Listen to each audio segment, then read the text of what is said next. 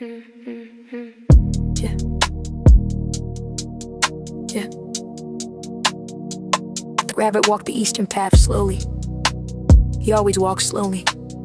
But tonight there was a different quality to his slowness. Not caution, not patience, but attention. The kind of slowness you see in a musician's hands just before the fresh note. Every step was placed, every pause was counted. His pause made no sound on the pressed stone, but if the stone could have spoken, it would have said it felt him. The way you feel someone's gaze on the back of your neck before you turn around.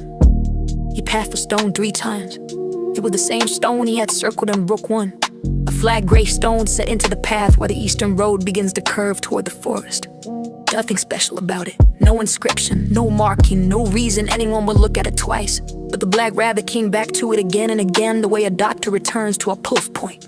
Not because the stone itself mattered, but because what it told him did. The tremors were wider now.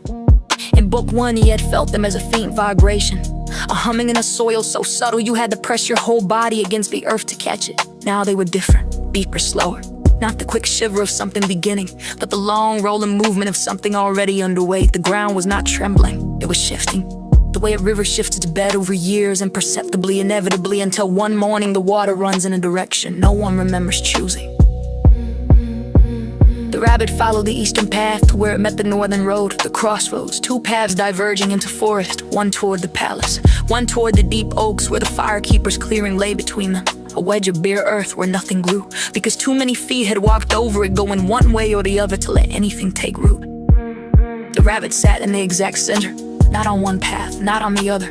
In the space between where the choosing happened, he folded his front paws beneath his chest the way he had the night he first sat down. The night everything changed without anything breaking, and he went still. He was not blocking either path. A person could walk around him easily. He was not guarding anything. He was not waiting, not the way he used to wait. Coiled and alert, measuring the distance between what was and what was coming. That kind of waiting was over. What he was doing now was something else. He was marking. The way Karen marks a trail, the way Candle marks a window. Not directing, just saying, here. This is where it happens. This is the place where one path becomes 2, and 2 paths become a choice, and a choice becomes a life that belongs to the person who makes it. He sat for a long time. The moon rose and crossed the sky above. The oaks creaked in the wind. Somewhere far off, a nightjar sang. Not on schedule, not in the old order, but when it wanted to, because it wanted to. The sound was wilder and more beautiful for that. Near dawn, the rabbit stood, shook himself once, a quick ripple from ears to tail, and walked away down the northern path. Behind him, in the bare earth where he had sat, something moved. A crack in the soil, a flood of green pushing upward, thin as a needle, determined as a fist. But unfolded in the early light, one leaf and then another, climbing toward the sky with the blind, unstoppable certainty of something that does not know it. It's not supposed to grow here. A flower of black petals, velvet dark, with a center of pure gold that caught the first light of morning and held it the way a cupped hand holds water. It was already turning toward the sun.